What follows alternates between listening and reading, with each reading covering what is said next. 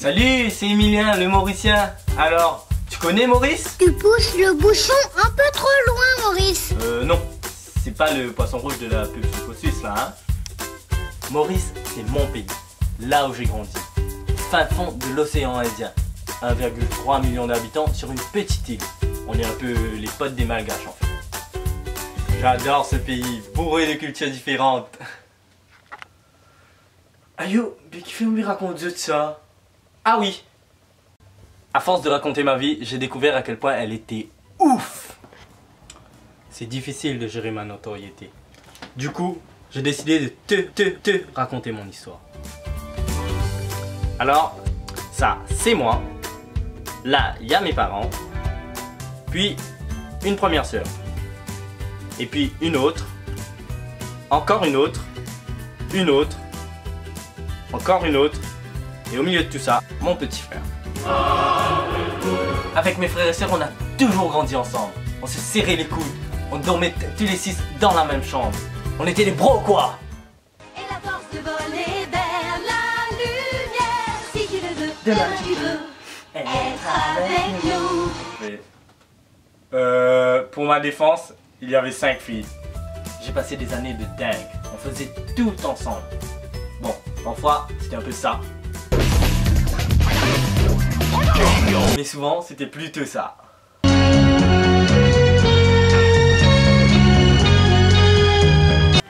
On vivait simplement et on s'adorait. Il en faut peu pour être heureux, vraiment très peu pour être heureux. Il faut se satisfaire du nécessaire. Mais le meilleur moment de la journée, c'était quand papa rentrait du travail. On l'attendait tous. Mais un jour, papa est tombé malade et le rythme de la maison a changé.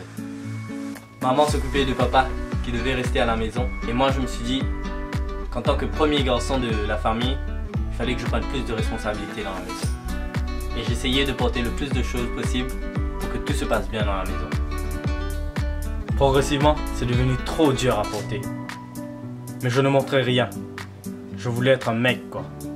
Et puis, j'ai rencontré des super potes cathos. Et je me suis réfugié dans ces amitiés. Quand je pouvais enfin être un jeune cool et sans problème.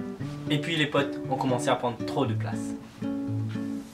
Mais c'était pas la personne que je voulais devenir.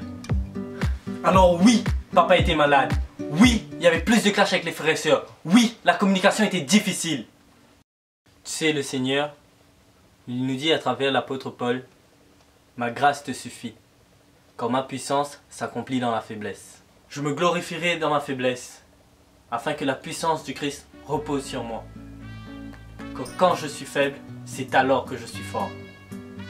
À partir de là, c'était vraiment à moi de jouer.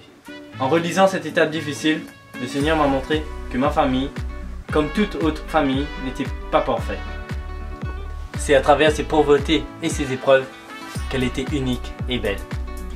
Et c'est ici que le Seigneur voulait me fortifier. Et bim!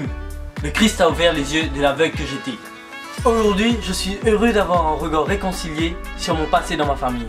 C'est ouf de voir comment le Christ il a agi et m'a fortifié. Ben voilà, je t'ai raconté mon histoire. Et toi, c'est quoi ton histoire? Peux-tu laisser le Christ renouveler le regard que tu portes sur ta famille?